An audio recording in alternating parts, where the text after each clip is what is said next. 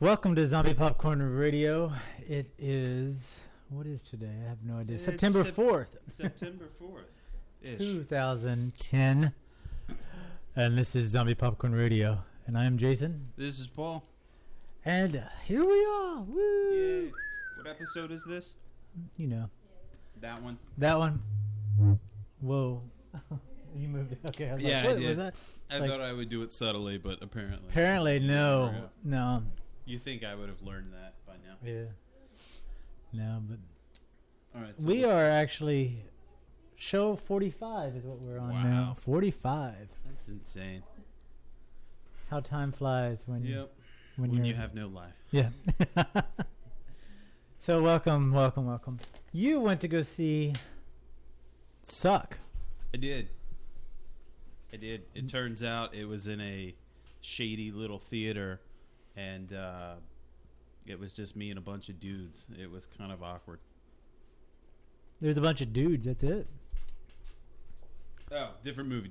Whoa. I was thinking of that place off of Shore Drive where we met. We met. You know, it's got that wall with the hole in it. No, Jan and I went and saw Suck at the... I'm going to have to move on because those were the worst jokes I think I made. Man, maybe we can edit that out. Are we recording already? Yeah, we are. It's in there. Show 45.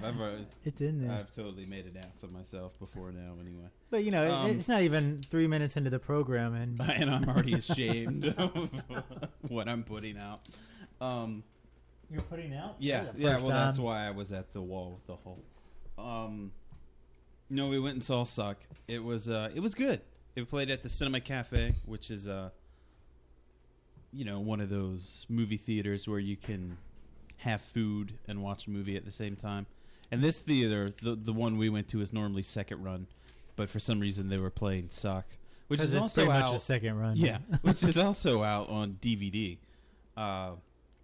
But you had to pay full price. You didn't get the second run price, which did suck. It's also out on Netflix too.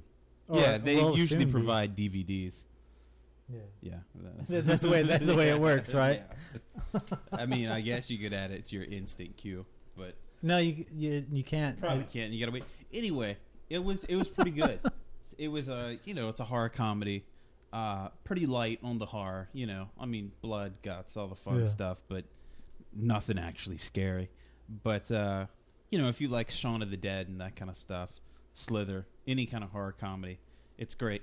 And I liked it because it's about a guy who's tried to make it in the music world, and he's just not cutting it. Yeah, and that part I really related to. So did you find out how to become a vampire so you could become successful? No, it wasn't so cut and dry. Basically, I gotta just look for the right person, I guess. I haven't found any vampires. Damn it! Yeah, no real ones. I mean, you can go down to the Wave, but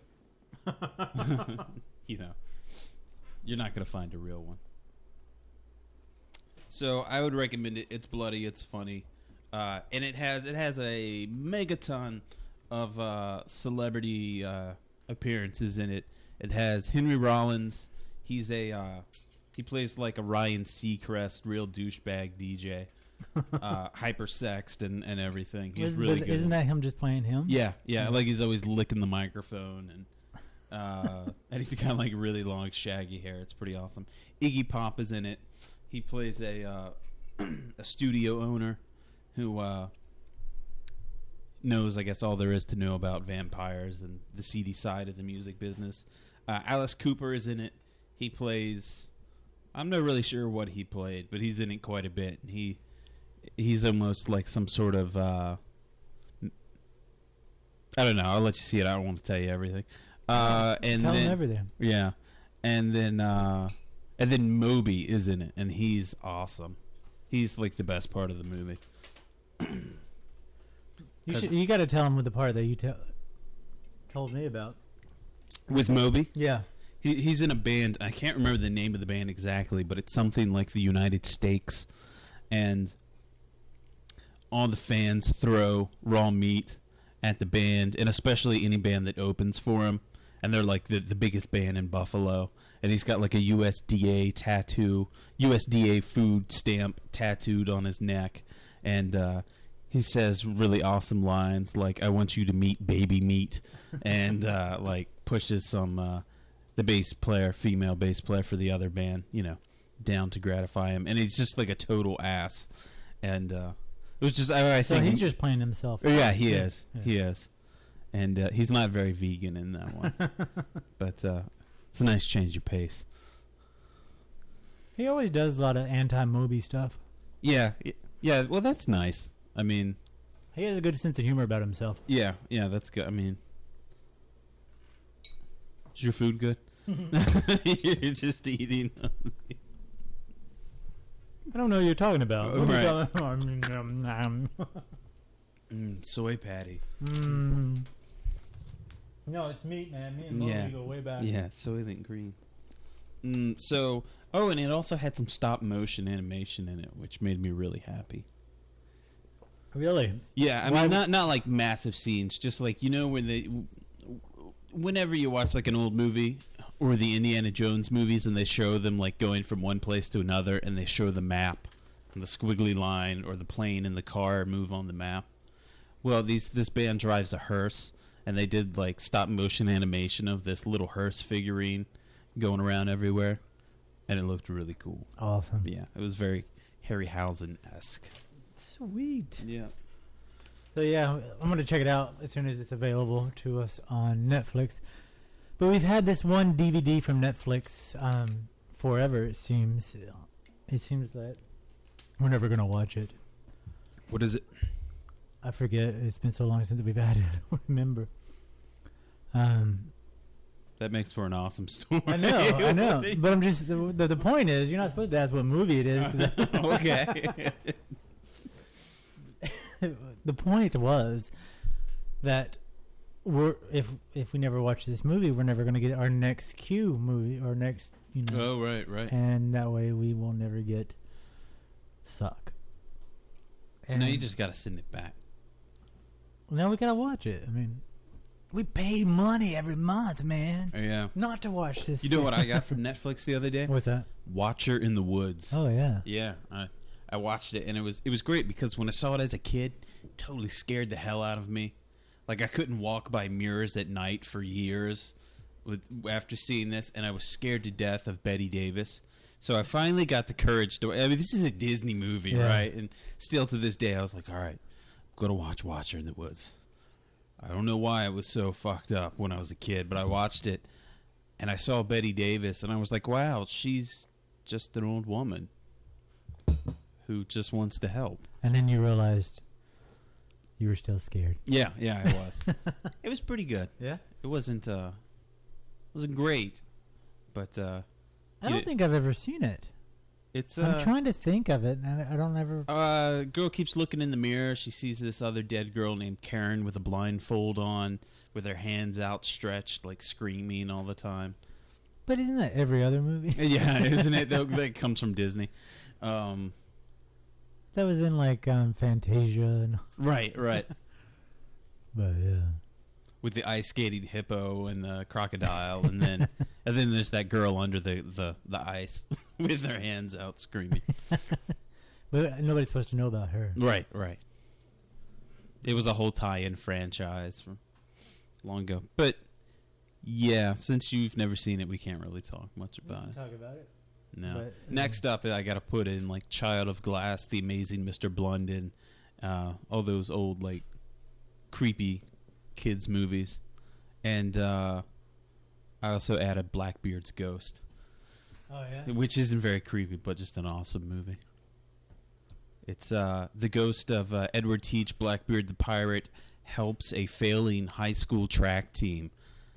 It's perfect. It sounds pretty good. Yeah, it's got everything you could want. But that's your next cue, though. Yeah. Awesome. Yeah, matter of fact, me and Jan were driving around yesterday, and she goes, so, there are a lot of kids' movies. And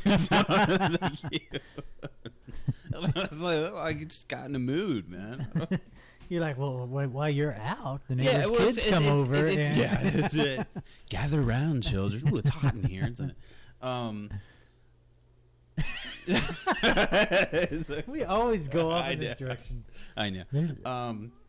So, yeah, no, you go on Netflix and you're like in the mood for something. Like, you're like, you know what? I really want to watch Soylent Green. I haven't seen that in so long. So I put it on, and then it goes, if you like Soylent Green, you might like Logan's Run. I'm like, fuck, I love Logan's Run. I got Logan's Run. I'm going to put Logan's Run. You need to get your if you like that, stream. you would like Planet of the Apes 9. You're like, I never made it to 9. I stopped at 8. So I click that, and, it keeps going. And then all of a sudden, I've got 15 movies that are all 70s sci-fi, And then next week, I'm kind of going, what would be really great? A good movie with blah, blah, blah. And it's totally not in that genre. And I've got like 15 movies all lined up the same crap because I'm too lazy to move them around. Well, the way our queue looks, everything on the DVD side of things is all Miley. Right. Everything that she wants to see. And then on the instant queue, through our Xbox, we just watch whatever. Yeah. But well, I do the instant play now with the laptop. Okay. So I don't have it running through our main TV, but we'll take it and just kind of set it on the bed. Yeah. And just kind of lay back in bed and watch a movie. That's fun too. And what is the last one I watched? It was it was Julie and Julia. No, you didn't. Yes, I did. Miley wants to see it. Yeah. It's really good, Miley. Don't tell her that. Julie and Julia? I'm going to watch it. Oh, it's really good. You'll like it. Okay. It's got the girl that was in Enchanted. She's so awesome. Whoa. Sorry. Whoa. That slipped out. I don't know what just happened. Yeah. I think we lost the show. That's it. I think we lost the show after that first shitty joke that came out. Oh, so not all is lost now. Right. That's funny. I don't even remember what we were talking about because I'm scared. I think we were talking about instant play on Netflix. Yeah. So I don't even. Dude. I was telling Jan about our Friday the 13th plan. Oh yeah, what'd she think about that? Well, she's not a big fan of the series. It's not the TV series. I know. Well, she likes the TV series. She doesn't care for the movie series. And I'm not a big fan of the movie series either. And she was like, well, why would you want to go? I'm like, because I get to see them all back to back. And we get to work on a project. I know. Well, that was the other thing.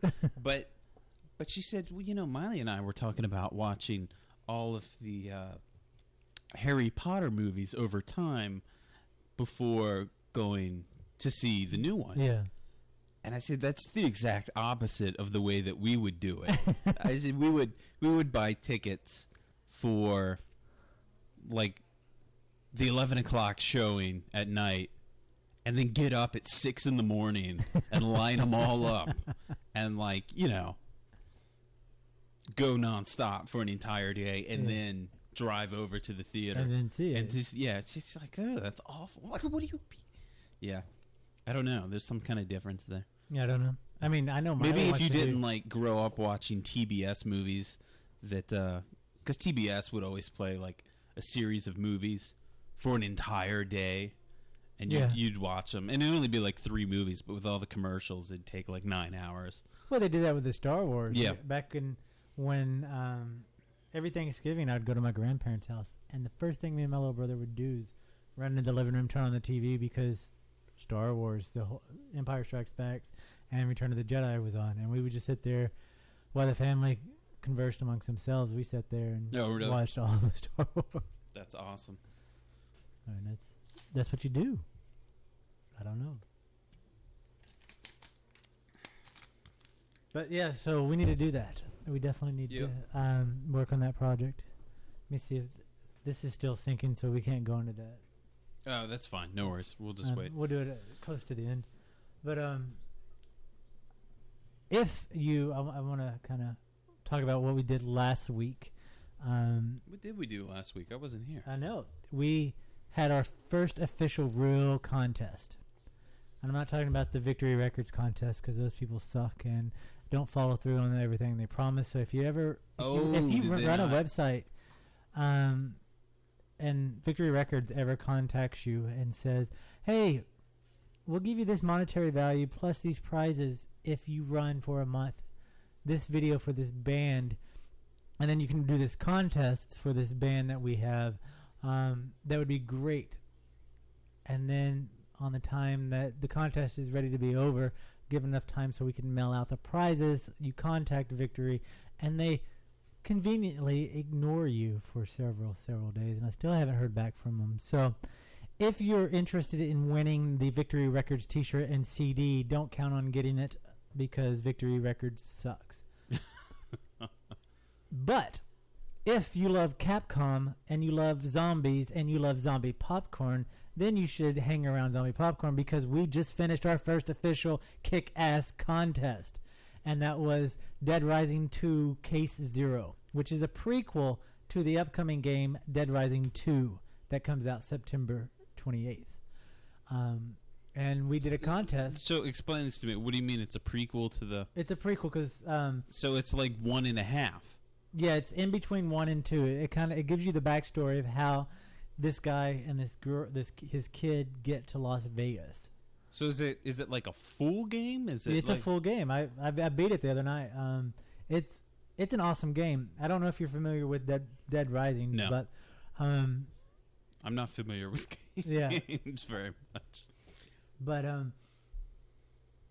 in Dead Rising 2 Case Zero and in Dead Rising 2 the official game, you're this guy Chuck Green, and the story plot is it's you and your young daughter, and your daughter's been bitten by your mom, by her mom, your wife, when she was infected as a zombie. And there is a chemical compound that has been created called Zombie X, and that suppresses the zombie outbreak within the individual, but you have to take it every 12 hours. So the premise of the game is to try to find a cure for your daughter. And every 12 hours you actually have to inject her with this stuff. But the thing is since it's an apocalypse and everybody's zombies, you have to go search for this stuff. And you have 12 hours to do it. In the meantime of that 12 hours, you're confronted with all these different other people who are trying to kill you or trying to take advantage of you, or people that you find that are survivors that are looking to be saved, and you have to take them to a safe house, and there's all this stuff going on, plus all the zombies you have to fight to get to point A to point B. But what makes the game amazing and completely different from part 1, because in part 1 you could pick up anything in the whole environment and slam the zombies, kill the zombies with. You can pick up plants, pottery. Oh, it's that game. Yeah. I remember you showing me that. This game is you can do the same thing, pick up everything, but with the technology of duct tape, you can combine weapons.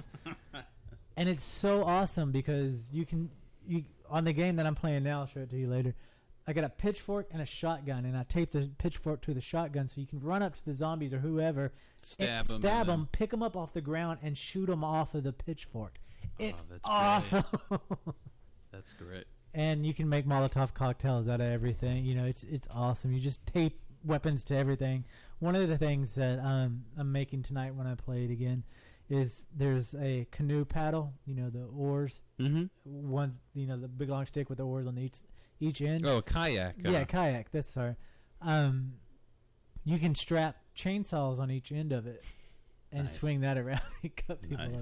It's amazing. So anyway, that's Dead Rising 2. What we did on Zombie Popcorn is we took a screen grab from the game Dead Rising 2 and asked people to add their own caption to it, and the best 10 people, the 10 entries won a code so they could actually download it from Xbox 360 for free instead of paying the money to get the prequel game. And we gave out to 10 winners.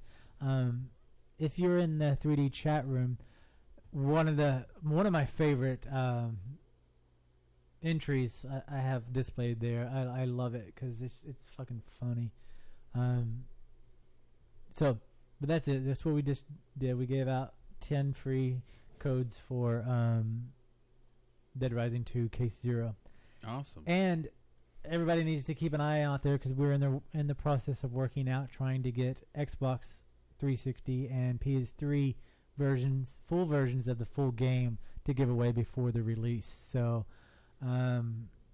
everybody keep your eye out on Zombie Popcorn because we got some kick-ass shit going on. But if you didn't win, kick-ass shit is not related to Victory Records. No, that is true. That is true. But if you missed out on winning the Case Zero contest, you should definitely go get it off Xbox Live because it is worth buying and playing. So do that, and then keep an eye on Zombie Popcorn. It's awesome. Yeah, I mean, it's just I love it. They came through. And I loved all the entries that people. That's cool. Yeah, it's good stuff, man. Good stuff. Speaking of not being here last Saturday, sadly I won't be here next Saturday. What is your deal? You're just always. I know. I got to meet with someone about potential business. Really? Yeah.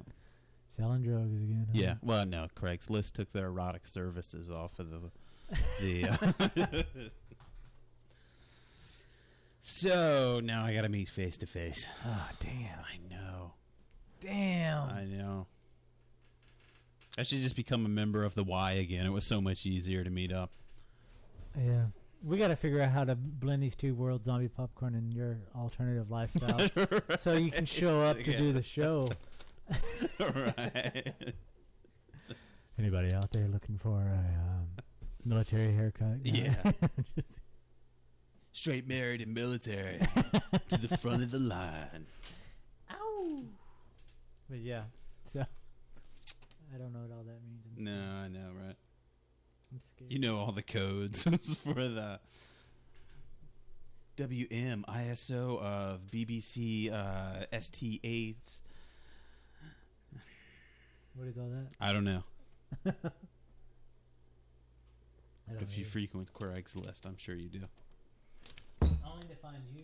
That's right. Say, is he going to be here? Hey, Saturday? man, come on back to the show. Leave Portsmouth. Leave that garage and come back. That's right. That's fine. Damn it. No. All right, what else we got to talk about This here? weekend, Friday, September 3rd, Machete open. It looks so good. It's so good. I want to play the Red Band. Red trailer. Band. This is the Heads Will Roll. teaser trailer. Yeah, this is the one that is amazing. Oh, it's so good. Let me play that real quick, and then we'll talk about. I didn't know. I'm gonna have to do a test real quick to see if the audio is working on this. I don't think I did a test on it.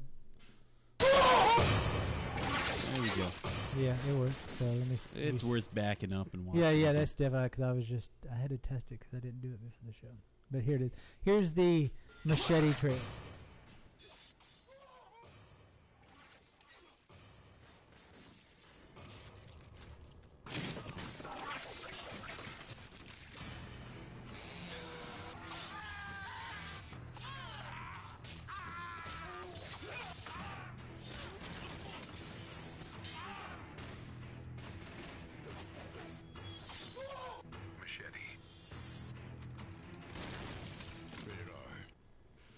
That's all you really need to know about that. I mean, if you saw it in the 3D chat room, you saw the blood and gore. But if you just listened to it, it's all just guns, violence, and stabs. So, and the way it sounds is the way it looks. So, I think that movie looks Perfect. awesome. And no 3D Movie Man, I have not seen it. He's in the chat room. If anybody else wants to join us in the chat room, please feel free to jump over. You know, I was talking to one of the IT guys at work yesterday, and we were talking about this movie. He was going to see it, and I was telling him about Piranha, that he should spend the extra $3 to go see it in 3D. Yeah. And we determined that would be the most awesome double feature of the summer. I don't know. Would be probably Machete followed by Piranha in 3D. You think so? That's just my view. That would make me so happy. You think Piranha, 3D, and Machete would be the awesome? What I think would be an awesome double feature is Machete and Hobo with a shotgun. You don't think so? He's shaking his head at me. No, not that. Just the stumble ruined all the drama in it. Huh? What? What? I'm just critiquing you. No, I haven't seen. I think I saw the trailer about a couple years ago. It's been a while. Yeah.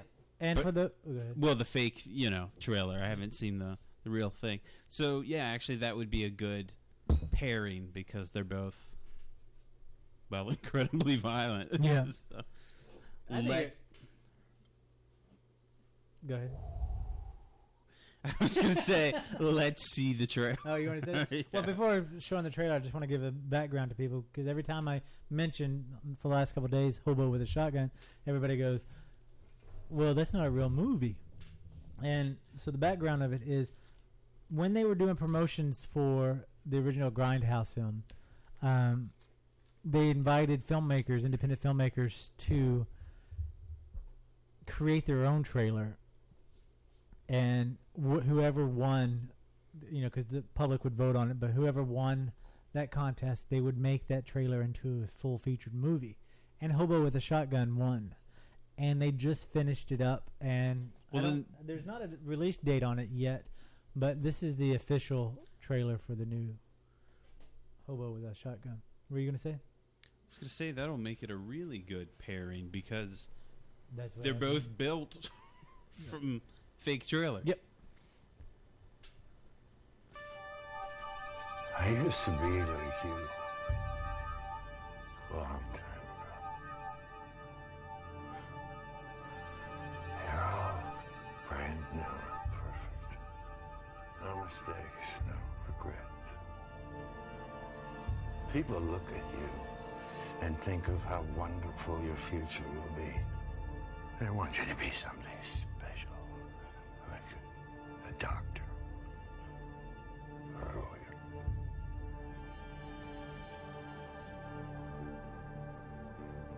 I hate to tell you this, but if you grow up here, you're more likely to wind up selling your bodies on the streets. Or shooting dope from dirty needles in a bus stop. And if you're successful, you'll make money selling junk to crackheads. And you won't think twice about killing someone's wife. Because you won't even know what was wrong in the first place.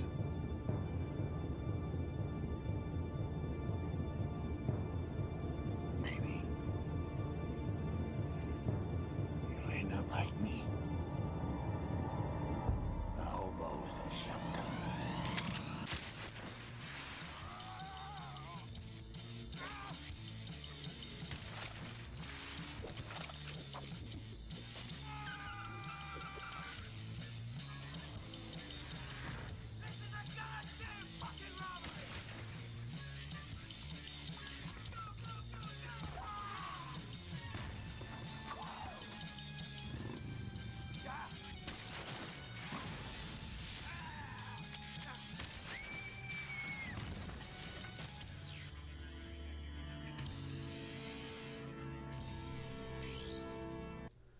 Hobo with a Shotgun. I love that manhole kill. I know. That was It's awesome. That was interesting. Yeah. I think that movie's going to be awesome. Awesome. So no release date on it. Not yet. I haven't. Everywhere I looked today, I didn't see a place. But it's playing, from what I understand, it's playing in front of the Machete. It's playing as a trailer in front of the Machete that's cool. in Canada, not in It the can, US. yeah. Because that's what the guy who filmed It's it. Canadian. Yeah. Which I think is a really cool idea for studios to do, or directors, or Yeah, whatever. well, Because there's a big outcry that they're not really independent films anymore. Yeah. They're just big studios doing them, and they're not. They lose their independence when they're have big budget behind it. But if they're going to do that, if studios are going to embrace or still whatever you want to call it, independent films from independent studios, they should back independent people, do contests and let them win, and then get their name out, and then do something like this. Because hey Eric, how you doing? Eric says Hobo looks cool in the chat room, but it looks like it took out the groundhouse effects, is what he says. Oh, you mean the thing, but without all the fake distress? And with all the. I think that's what he's talking about, with all the the film flickers and all that. That's good. I mean, it's cool to see. It's fun, but it doesn't need to be in. Yeah, not every film, every fake grindhouse film needs to have it. I don't think, because it would just become like every other horror movie's becoming now, where you have the shaky cam, or you have the girl that's all twisted and rip off from Japanese horror. Yeah, it's just where like they film them. Usually, I think they film them walking backwards and then play that footage backwards, so it looks like they're stuttering forward. Yeah. Shame. No, but 3D Movement has been saying in the chat room that he went to go see Piranha 3D, and they showed the Tron 3D trailer. What? And which we didn't see, and I wanted to see it. That sucks. He also saw the Resident Evil before the Piranha. Did I get the message? I'm not sure what message you're talking about. Tuesday. In the chat room, they're saying... No, I don't know. I don't know what message you're talking about. You're welcome to call in. Just go to the contact page on Zombie Popcorn, or if you're on Skype, just Skype us in at zombie-popcorn.com is our Skype name. On Tuesday. I'm not sure. But I want to see Tron in 3D, as of course, as a movie. Oh yes, the Friday the 13th 1 through 6. Yeah, me and Paul were just talking about it at the start of the show, about being on Netflix. We were just talking about it because we got a project we're going to work on together, and lots of pipe cleaners. Yeah. We might build a solar system in a shadow box. Get some of those styrofoam balls. Lick on stars. It's gonna be magical, people. No, we got another. Maybe project. A volcano with vinegar and baking soda. I think me and Paul are on different pages on this. And possibly we'll have to go buy some poster boards to draw something, which will be fun. Periodic table. I don't know. It'll be cool. Something crazy like that. But yeah, I did get that. Thanks for sending that to us. We're definitely looking forward to it, because we're gonna have a marathon when we do our project. You watched all 6 of them already? Damn. That's hardcore. What we're gonna do? Yeah, but it's just already. I think I just cut Paul out of the. No, I'm good. You want that? Yeah. It's usually just on me the whole time, and your elbow. Moving the studio over. Oh crap! But yeah. Hold on. So yeah, thanks for giving us a heads up about that. It's pretty awesome. You know what else I saw? I was in Target the other day, and they had all of the Nightmare on Elm Streets on those slim case DVDs. Yeah. Where they now they cram 4 into a double-sided DVD, and you could get the entire series for $20 now or something. It was nuts. Crazy. That is crazy. The only thing about the Friday the 13th box set that you can buy, they are what people. That's a lot of. A lot of people are saying that those are not. Those are actually censored versions of the film, and you can't get the uncensored versions of Friday the 13th series in box set form. Why would you censor those? Isn't that the whole point? I know, but is to see stuff. I mean, that's what I want to see. Yeah. Stuff. Stuff. But yeah, I should have been a writer. Did that well. Yeah. Translate a program for me. Is it text? What is it? 3D Movie Man. But so yeah, what were we talking about? We just got sidetracked. We were talking about Friday the 13th, and we just finished up with Hobo with a Shotgun. But yeah, I think Hobo Shotgun and Machete would be a good double feature. It would be a good feature. Now that I know that is out, I will move Piranha 3D to the side. I think if you wanted to do Piranha 3D with a sequel, with a double feature, it needs to be Piranha 3D and the upcoming Piranha 2. They're already working on it, and the New York Times reported that Dimension Films are asking fans of Piranha 3D to vote on what celebrity death they would like to see. Everyone from the sequel. hills. Or the Jersey Shore. That would be awesome. Well, that's funny because that's what everybody's saying is the Jersey Shore, and I forget what the other one is. And then there's any of those shows. So basically every reality show that's on TV, except for the Fabulous Beekman Boys, which I love. I don't know if you've seen it, but it's worth checking out. I don't know. Yeah.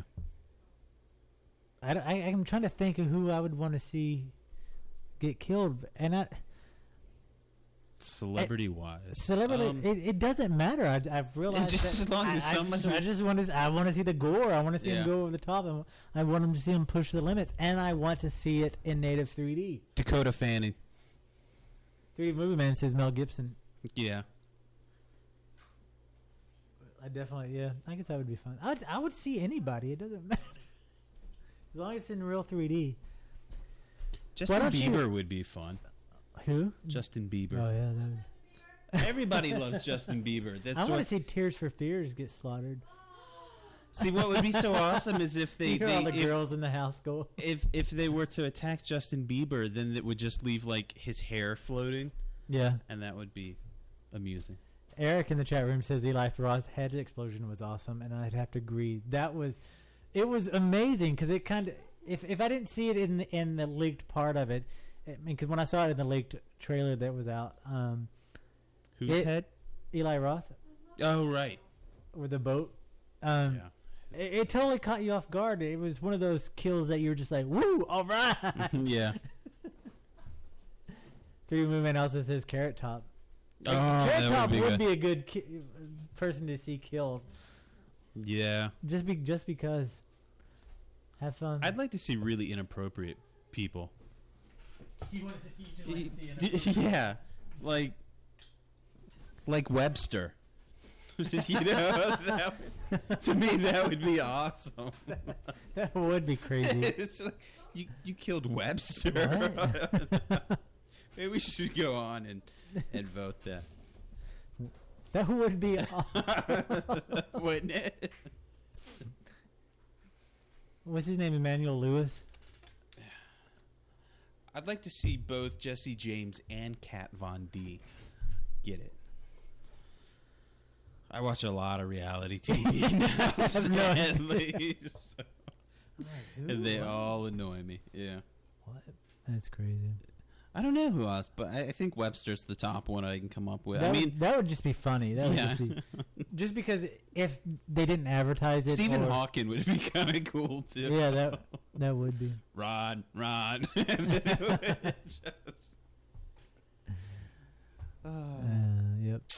I still don't know. You don't know who Stephen Hawking is? No, I know who Stephen Hawking. He's a scientist. He likes space. He likes space. Yeah. Space is cool. What religious figure would you like to see? You know, obviously Pat Robertson, and then hands down. Oh, Hagee. Also the remember the Indian guy that used to always have the religious shows on, and he'd put his hand Benny on. Hinn. Yeah, Benny Hinn. Is it Hin or Han? One of them. I thought it was Hin. And fire. And then they would drop to the ground. That's all he would ever say. Fire. And he'd give a push and they'd fall back. That would be awesome. I've seen him. Robert Tilton would be awesome. Robert Tilton would be awesome. I haven't heard from Robert Tilton in a while, though. Yeah, it's kind of because he knows he's a con. I mean, they all know they're cons, but he, like, really knows. And he knows that we know. 2 roommates is that guy from Fox News. You mean all of them? Yeah, Glenn Beck. Seeing Glenn Beck die would be. No, I wouldn't want Glenn Beck to be in it, just because he would exploit it to his personal gain. Just fucking leave that asshole out. But dude, I'm on a rampage on people tonight, aren't I? Yeah, who else could we have? Celebrity kills. Hasselhoff would be good. I mean, that Hasselhoff would be good, just because. But he would have to be Michael Knight. He couldn't just be. Right. He couldn't be Hasselhoff. Magnum P.I. Whoa. Tom Selleck. Whoa. What would be awesome is if a fish tried to kill Tom Selleck, but it couldn't. Because his mustache put off this bright light that shot through everything like a gamma ray. Yeah. Not that I know what a gamma ray is, but it's. We saw it on TV once. That's right. It was in one of those movies. And he was holding a big glass of orange juice, and it was like Popeye, and he took a big drink of it, and then, like, pure energy, pure white light shot out of Tom Selleck's mustache. I wonder what a milk mustache with Tom Selleck would be like.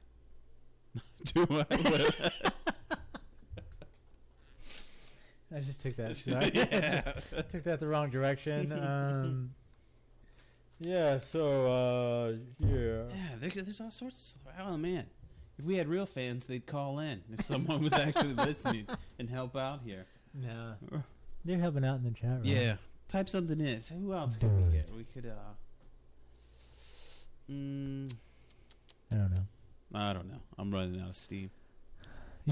He's like, it's too much to think about. My wee little head can't, It's tough. Jay Leno. I'd like to see Jay Leno get it. Or Jay Leto. Or who? Jay Leto.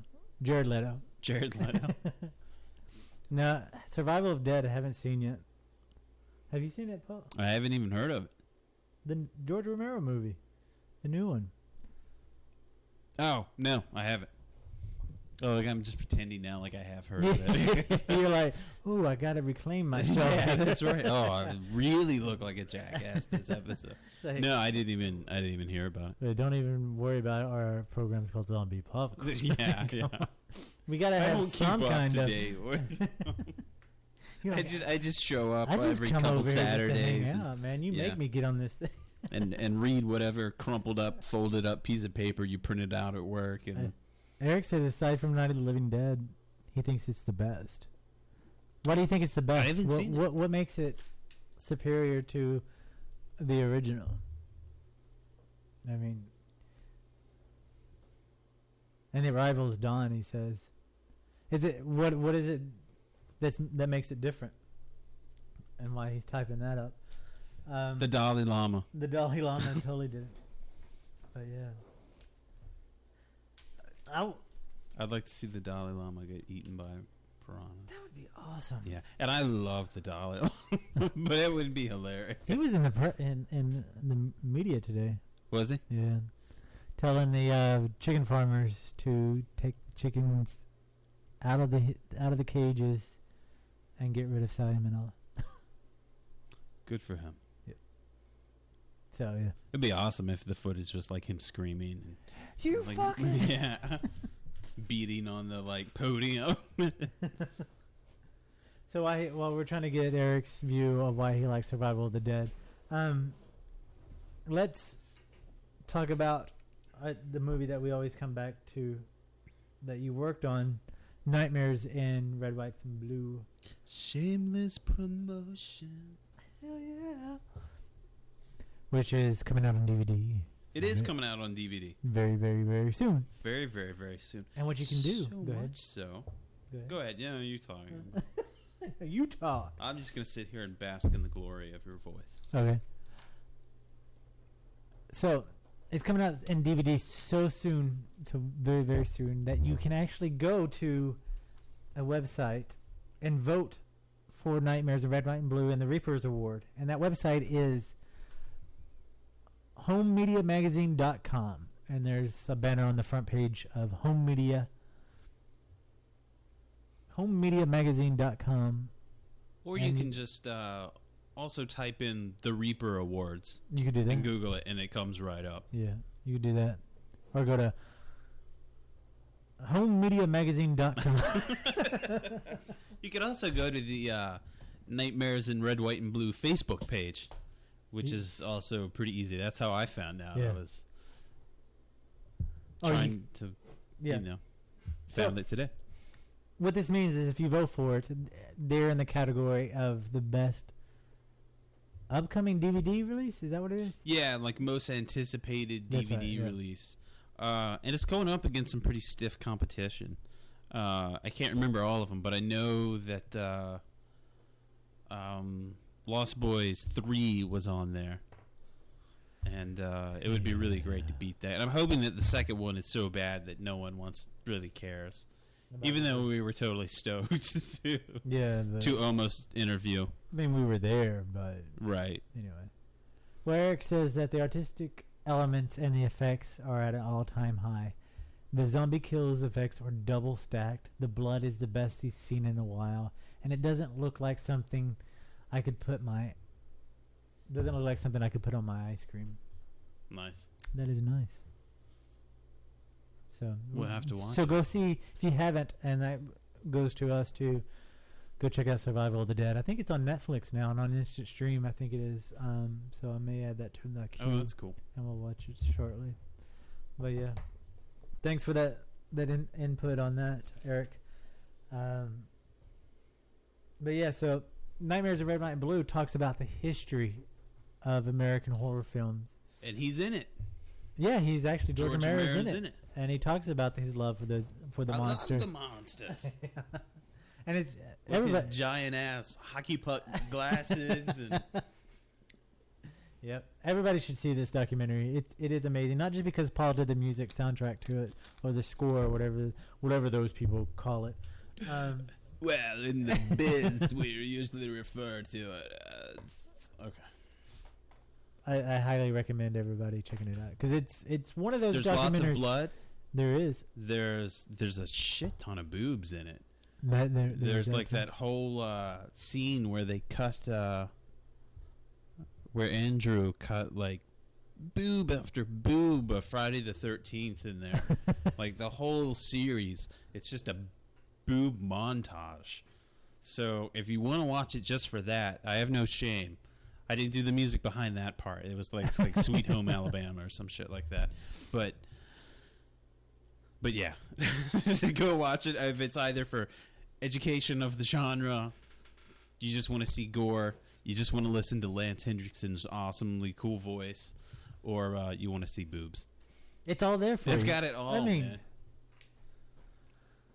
But what we don't have now is 3D Movie Man. He's got it all except for a Reaper Award. Which you can help get that Reaper Award. Hey, thanks for hanging out with us, 3D Movie Man. We'll catch you next week. See you, man. Everybody should go check out his new 3D trailer he's put up on his website. And his website's 3dmovieman.blogspot.com. 3dmovieman.blogspot.com. Check it out. He's got a lot of good 3D videos up there if you're into 3D. See you next week, 3D Movie Man. But yeah. And if you're not, you should go up there and learn to be into 3D. Or just heckle him, whatever. Yeah. Yeah, but that documentary, Nightmares in Red, White, and Blue, we watched it at the screening at Monster Fest, which is coming up soon. Yeah. And I'm not sure if it's playing again or what the deal. Oh, I don't know. I know it's still making rounds and different festivals. Yeah. Which is cool. And of course, we're approaching the time of year when, Halloween. Yeah, it does. It's busy as work. So. And what I think we should talk about is a little song called Dance with the Devil you did. Oh, not that one. No, really? Yeah. Well, okay, then which one do you want to talk about? Well, any of them up there, just not that one. That one's like EBM stuff I was just sending to you. Okay, so you want Entering the Manor? Yeah, sure. That's the cheesy Halloween music. Okay. Another project of Paul's that he's working on that you'll hear more about on Zombie Popcorn in the near future is a project he's working on to do. Well, why don't you just talk about it? Yeah. No, go ahead and talk about me if you could. I got a knot in my foot. If you could rub that out while you're and top off my drink, please. Okay. Yeah. So no, it was. We were talking about the. We were talking about Nightmares on Red, White, and Blue and horror movie music, because that's pretty much all we do. Yeah. And well, I was involved in this project. Oh yeah. Well. I helped invent this film that Troma did. Oh yeah, well so we're sitting there, and we're talking about music, and I was just talking about how fun it was to write the stuff. That I should do it again, and so I think we ended up in. It was when your mom was in town, and we went to the Halloween store in Manio. Which is, it's a Christmas store, but upstairs it's like the little Halloween haven. And, it's so nice up there, too. It's really cool. And they have all this music playing. And if you frequent Halloween stores like we do, you usually hear the same music. It's always Midnight Syndicate. If it's not Midnight Syndicate, it's Nox Arcana. And then there's a couple other people. But Midnight Syndicate is the main thing. And so I was thinking, I'd like to try my hand at that. So this is me trying to rip off Midnight Syndicate, more or less, or just make fun Halloween music. It's not like some of the other ambient stuff and the glitchy stuff is a little more serious and stoic, and it's dark, but it's so slow that the majority of the population is going to be like, this is fucking boring. Like you, for example. So here it is. This is Entering the Manor by Paul Casper.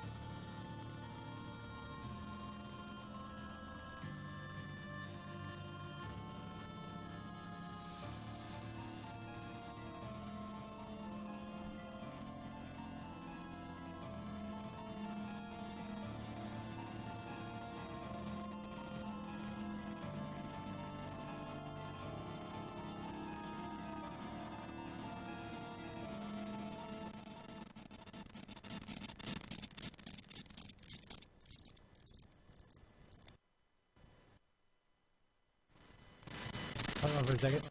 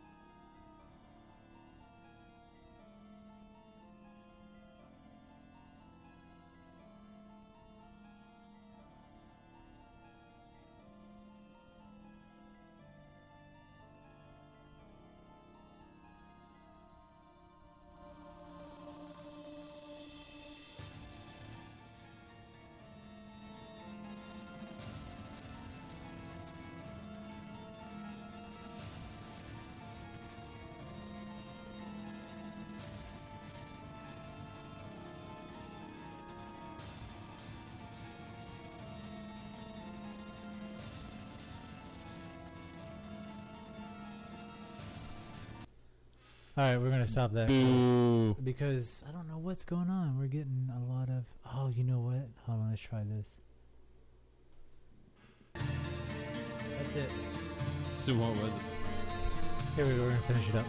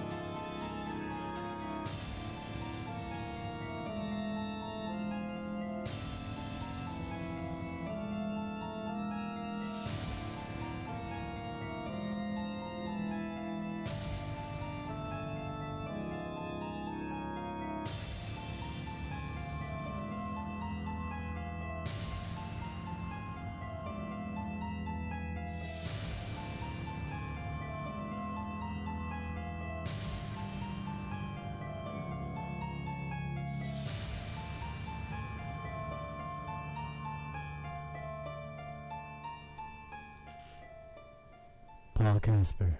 Yay. Halloween music. Ish. Yeah, So- that got off to a rough start. That did, but you know, that's anytime we try something new on the show, we always run into difficulties. So. Yeah. But that was it eventually. I hope you enjoyed that. Keep an eye on Zombie Popcorn because if everything works out properly, then and our day of watching Friday the 13th works out, we may have special stuff for everyone. Maybe. If everything works out. Right, Paul? Yeah, I mean, if we can follow through on, like, other music. Which we can. We're doing better about it.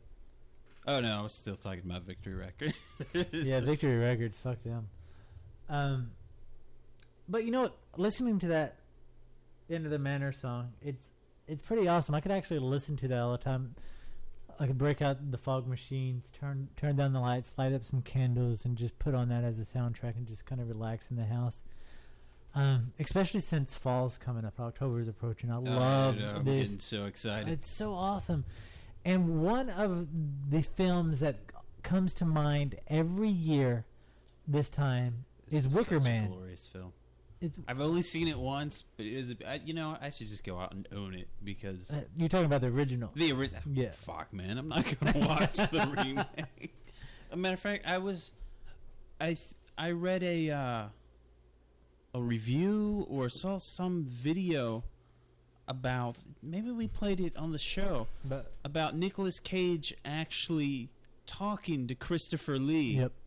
We talked about it on the show. Yeah. And he was like, why didn't it work? Yeah. He was like, because you suck and you're not me. No, I can't remember what he said, but basically, it had no subtlety. Eric, real quick, sorry. Yeah. Eric says in the chat room that he would like to have that around his house for October. Well, Eric, you may get a chance. You may get a chance. Yeah, hang out. We may actually...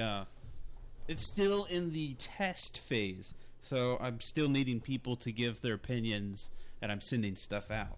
So if you are interested, let me know, and I'll send you some tracks. Yep. And if you're hearing the rebroadcast of this and you want to take part, just drop an email, go to zombiepopcorn.com, go to the contact page, and just drop us an email and let us know.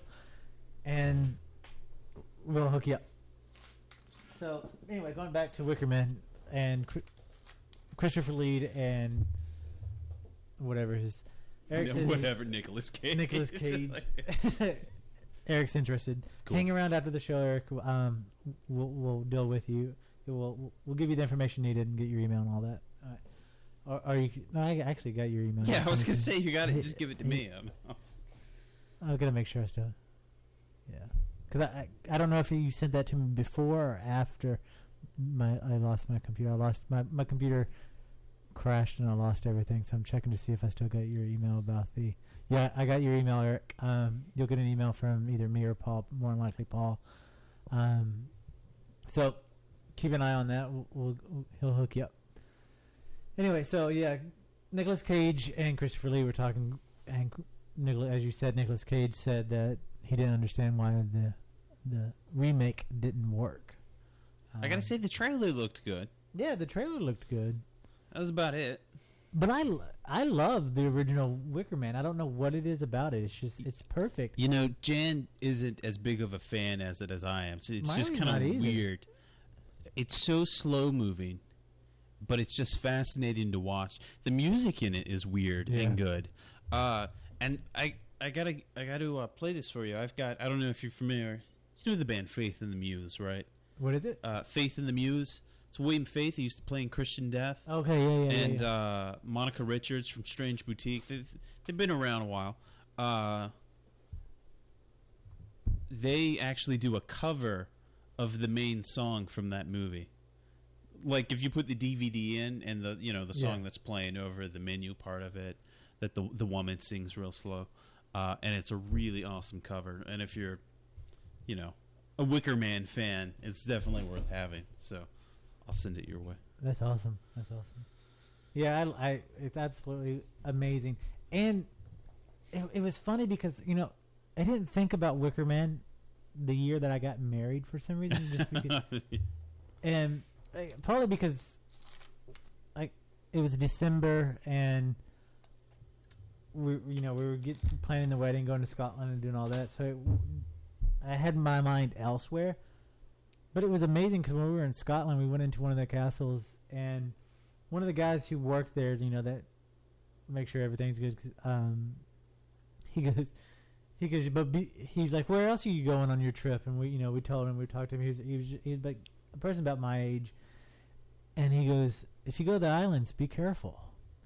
And I was like, what? It didn't sink into my head. And he goes, the Wicker Man. And I was like, oh my God, we are in the birthland of Wicker Man. We are here. It just totally, it was awesome. And that's so cool. Yeah, I got really excited about it. And the reason we're talking about the Wicker Man now is because the same director who did Wicker Man, Robin Hardy, has done a sequel, and it's called The Wicker Tree. And we talked about this back in May on Zombie Popcorn Radio, and when they were first talking about doing it. But now there is an official trailer for it, and I want to take a moment to play that. And I'm so damn excited about this. Wow. So let me cue up the trailer here and let you see it. Huh? I knew there was something different about it. I just don't understand. Oh, that's fine because of the damn microphone.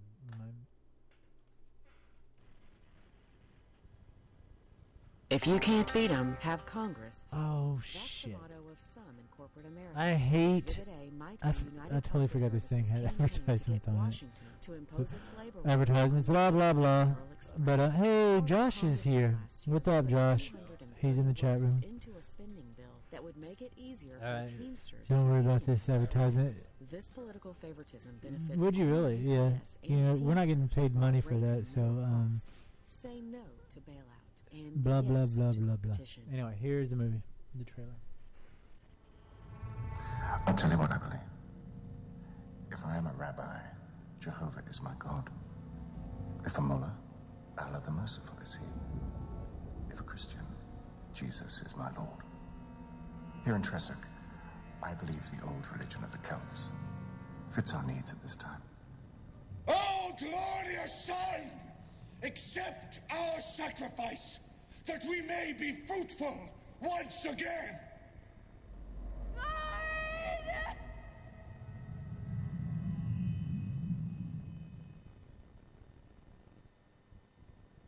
If you can't beat 'em, have Congress hobble 'em. That's the motto of some in corporate Why is America. it- And Exhibit A might be United Parcel Oh Service's my God. campaign to get Washington Well, to that was a impose short its labor trailer. That was not a laws short on trailer. rival Federal This ad Express. just jumped A back powerful in. No, it congressman didn't. It said last year burning slipped soon, and then the ad 230 came words back. Was into it? a spending Yeah. bill I didn't see that that would make part. it easier for the Teamsters to union. All right. I wasn't even paying attention to the trailer. We were talking. So you were what were you saying? Oh, I was saying I was talking to a guy about work.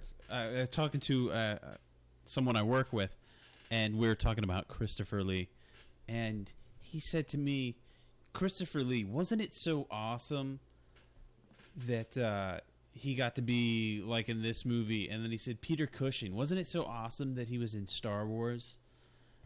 And I thought to myself, no.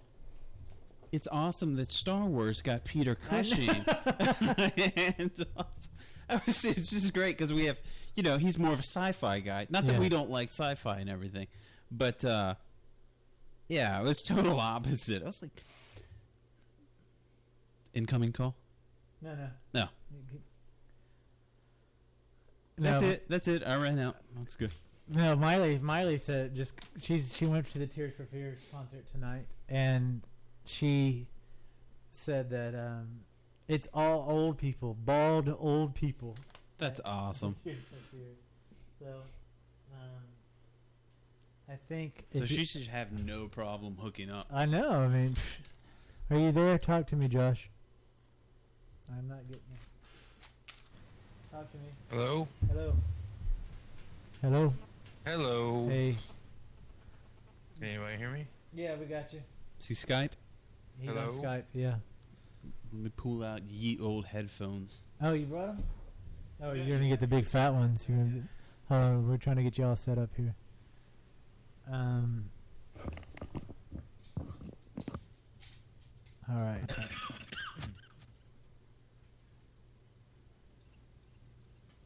Hold on.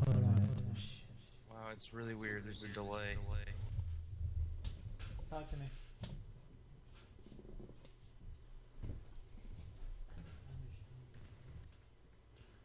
Hello.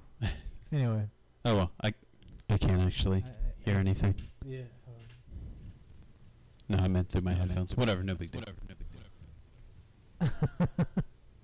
Hello. Hello.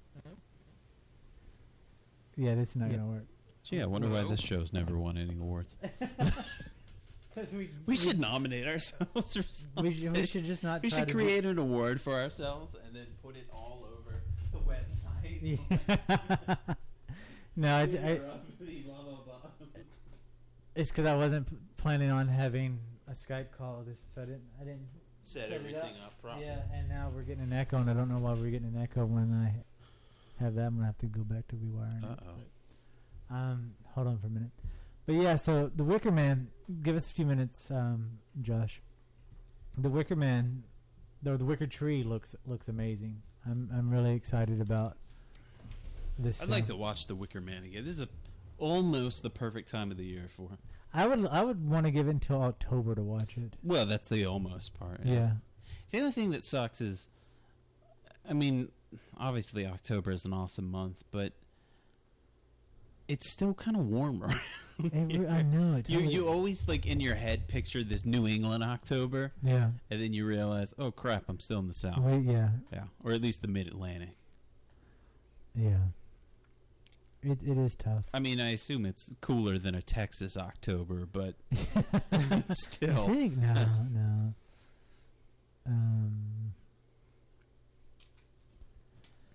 But yeah, I'm definitely excited about it. About the new movie. Yeah, that would be great. Yeah. What is it? We're both going through like some neo obsession with like European occult. But we always do this. Well, yeah, but I think more so than usual. At least for me. I don't know. I think it's all the same. Alright, sorry. I'm trying to get Josh back up here trying to fix this. That's alright. So we want to move on to a new subject? Let's move on to a new subject, sir. This one I'm pretty stoked about. I know nothing about, but I'm reading it here.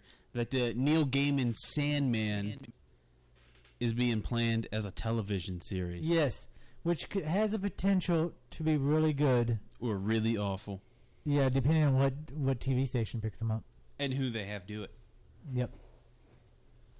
I mean, it could be devastating. Yeah.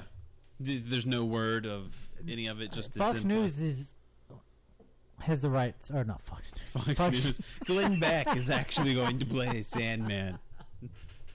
No. Yes. I want your dreams to get back to their original purity. The foundation of this nation. I love America. Yeah, I was way off. And then they'll have that blonde woman from The View. I can't remember what her name is, but yeah, it'll be awesome. Yeah, it would be. But no, what was it?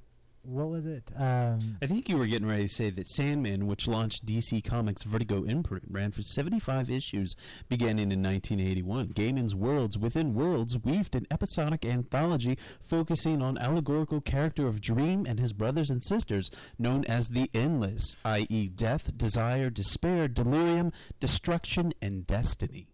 That's exactly what I was going to say. Yeah, I read your mind. Damn, you're good. Yeah. So it is a really kick-ass series for if anybody's listening that hasn't read them. They're just awesome. I've never been a comic book fan. I had friends that in school that were into comic books, and they were all into, the Hulk, Daredevil, X-Men, and I've never liked any of that. And then one day, I found a Sandman comic, and I still don't have many comics, but I do have the whole Sandman series now. Not in the original comics. It's just, you can go to like Borders or Barnes & Noble and buy like the graphic novels. Yeah. And they're all bound in books. I think there's like 10 or 11 volumes. But they are kick-ass, and I highly recommend them.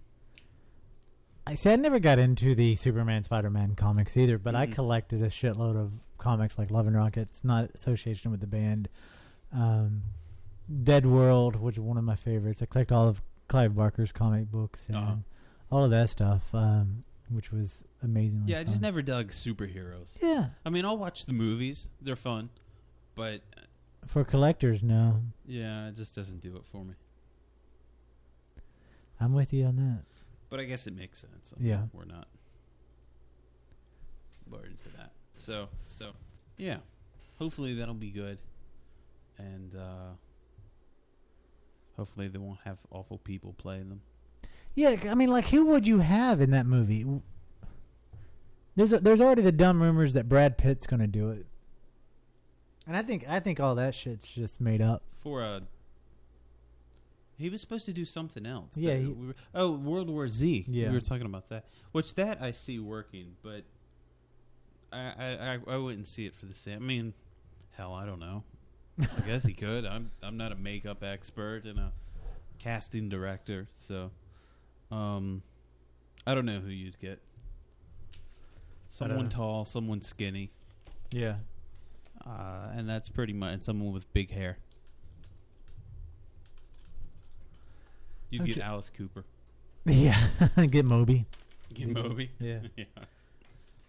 But and the other thing is, I think TBS or a channel like that should totally pick it up, because if NBC, that would be CBS, awful. or one of the other,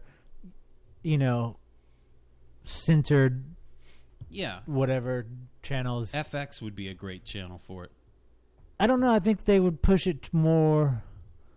I think it would be too jockified for it. I think FX? if Really? yeah. Their shows are pretty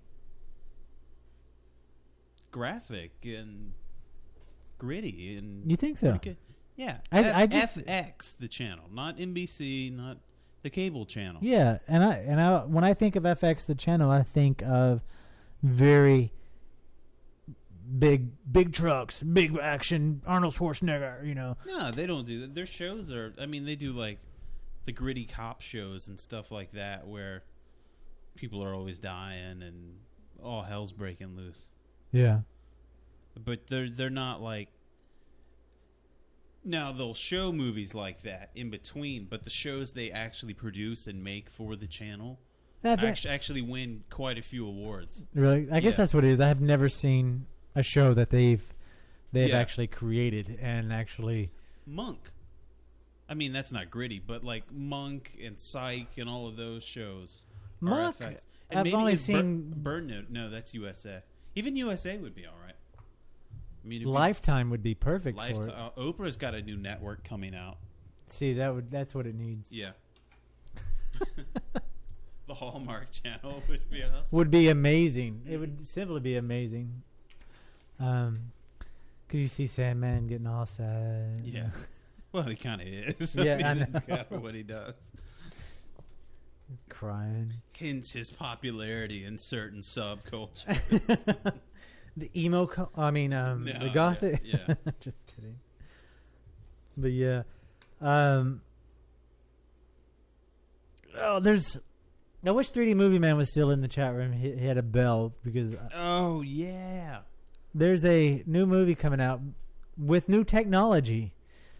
It's a 2D 3D movie conversion, and they claim to found the secrets of making 2D 3D work, but for a budget of independent filmmakers. And their first 2D 3D movie conversion is going to come out this December, and the movie is called Claus versus Zombies. As in Santa Claus versus zombies. Is it? Oh, okay. I wasn't sure if it was Klaus or Claus. It could be Klaus. Yeah. Yeah. But I talked to Jim from Market Saw about this today, and because I was curious, because I've never heard of this company that's doing it. I haven't heard anything about this movie. I haven't heard anything about the outstanding conversion that they've miraculously, overcame stuff that Universal Studios and all them couldn't do. And this is, independent filmmaking. So I shot an email to Jim Dory over at Market Saw saying, "Hey, what do you know about this?" Because I'm kind of skeptical about it. I don't believe the claims. And he wrote back. He goes, "I'm calling BS on it because they talk about how successful they are about converting it, but they never go into detail about why they're successful. What have they done to make it successful, to make it work?" And so Jim says he's calling BS on it, and I totally agree with him. I'm calling shenanigans. Are you? Yeah. You're not going to call BS? No, just shenanigans. All right. But seriously, if they come out with a 2D, 3D converter that actually works for independent artists, that would be amazing. That would, not that I support, everybody who's listened to this show knows I do not support 2D, 3D conversions because they suck. James Cameron is in a verbal fight with the director and writer of Piranha 3D because last week we talked about James Cameron said that Piranha 3D is exactly what we should not be doing with 3D. It sets a bad example. It makes 3D look bad. It is, however, what we should be doing with movie plots. Movie what? the movie plot Yes, definitely with movie plots. and Definitely. the shock value. Yes, definitely that. Not in 3D because it was a 2D, 3D conversion as well. And though the movie was awesome, I agree with Josh. The movie was amazing. When me and Paul went to go see it together, it was a blast. We held hands. Yeah, but the 2D conversion, and again, Paul called me out on this when we talked about it after we saw this. But the 2D conversion is just not there. I mean, it's vaguely there. It's very weak. Right. I mean, you're watching it for all the CGI. Yeah. 3D. Yeah.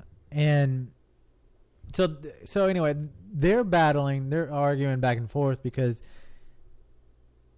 the people at Piranha took James Cameron, and a lot of people on the website took James Cameron as saying that the movie sucked and that their technology sucked or whatever. And that's not what he said. He was just saying that if you're going to do 3D, you need to do it right. Don't do this crappy ass conversion to squeeze, blood out of a turnip.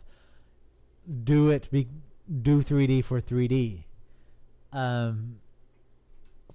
So, and I agree with him. And I think when they do the sequel to Piranha, if they're going to do it in 3D, that they should do it in the native 3D, and it would be phenomenal. It would blow it out of the water. It would become awesome.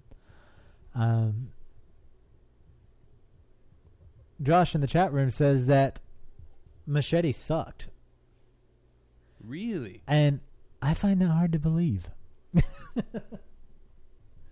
But I wish I could get him. You should call on the other phone, Josh, since we can't get you in on the other. And then you can tell us why you think Machete sucks.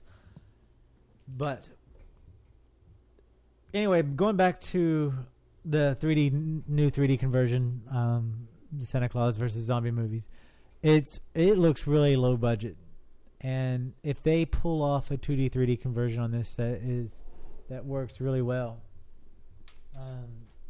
I'd be very excited to see it and actually use it. It's a video. Yeah, we actually played it last week on Zombie Popcorn. Okay. Yeah. Paul just mentioned the for your consideration Oscar thing with Piranha 3D, which we played last week on the show. And if you missed it, you can go to zombiepopcorn.com and actually go to the featured video section and see that video. I think it's the third one or fourth one down on the video section. Josh says that he really wanted to like Machete, but it was all bad. Wow. I don't even know how that could be. I mean, the trailers look... I mean, not saying that the trailers are never deceptive. But, wow. I'm surprised. Yeah. I don't know. I don't know. Unless he can tell us why, I don't believe it. And while I'm not believing it, we were at the tail end of Cthulhu month. And if anybody's out there is an H.P. Lovecraft fan, they know about Cthulhu month. And I wrote a blog post a couple days back about... No, call on the other phone. You're calling on the wrong one. Call on my landline. I wrote a blog post a while back because I love Saturday morning cartoons, and I'm sure every kid loved Saturday morning cartoons. And there's one Saturday morning cartoon that I did not watch, and that was The Real Ghostbusters. It was the cartoon of the movie The Ghostbusters. The hell out of that. Did you really? Yeah, it was so freaking good. Oh my God, they totally tipped the hat to H.P. Lovecraft. Yeah, they do now that I think about it. And, well, I got a... Hold on. I got a video here that is pretty amazing because they raise Cthulhu from the depths of the water and fight him. And I was shocked because they even take it to the point of tipping their hats to H.P. Lovecraft by the way they figure out how to defeat him is to look in the magazine Weird Tales, nice. Which is amazing. So, Josh is on the phone. Let me get him set up. And while I'm setting him up, we'll watch this episode of... It's just a clip. Don't worry. We're not watching the whole thing. Of the Ghostbusters fighting H.P. Lovecraft's Cthulhu. That way. That.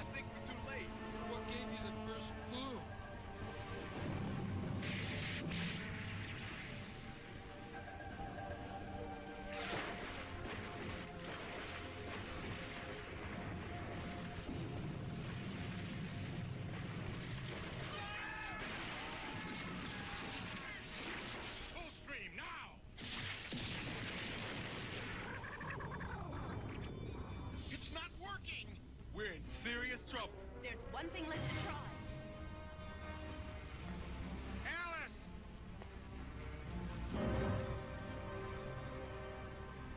Itaka Botura Nodens! Itaka Botura Nodens! Itaka Botura Nodens! Itaka Botura Nodens!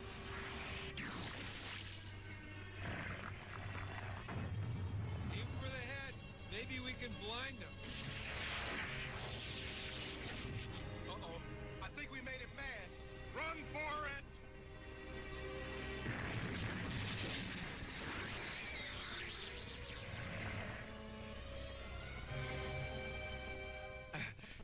Sometimes I really regret answering that ad you guys ran. Egon, what do you got? His power is completely off the scale. None of our equipment can even begin to stop him.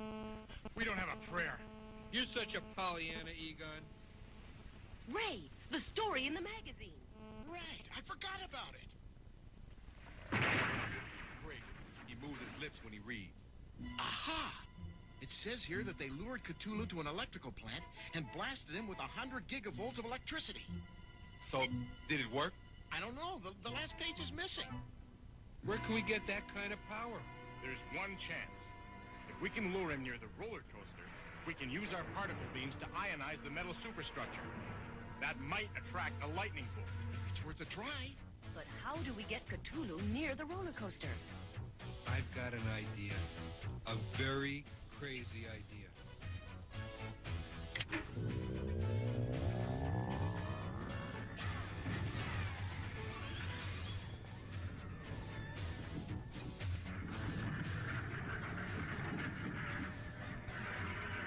Okay, Squidface.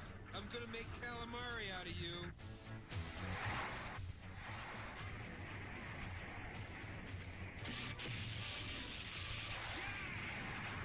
We gotta get off the track.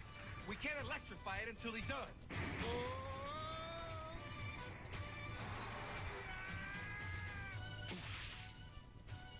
Peter! Boy, talk about an e-ticket ride.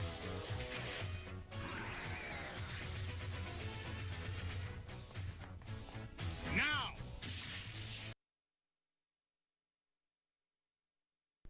All right, so that was the Ghostbusters. I'm not gonna play the whole thing because it was forever. But we have Josh on the phone with us. Say hello, Josh. Hola, senors. And he has some really hard things to say about Machete. Apparently nobody has seen Machete yet. I guess I'm the only one. Yes, you're the only one because Miley's out to see Tears for Fears tonight, and I was gonna wait till sometime next week to see it. Well, I went and saw it last night because I was super excited about it. And you know how I am about Tarantino movies and Robert Rodriguez and stuff. So I was really, really looking forward to Machete. And I went expecting, I went expecting a bad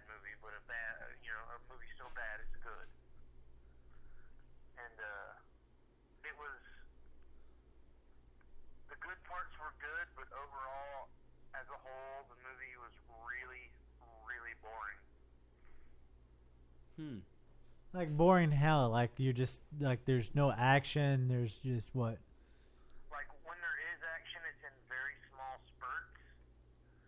Like, and when they go for comedy, it was really dull comedy too. Like, I don't know. Like, you saw Planet Terror, right? Yeah.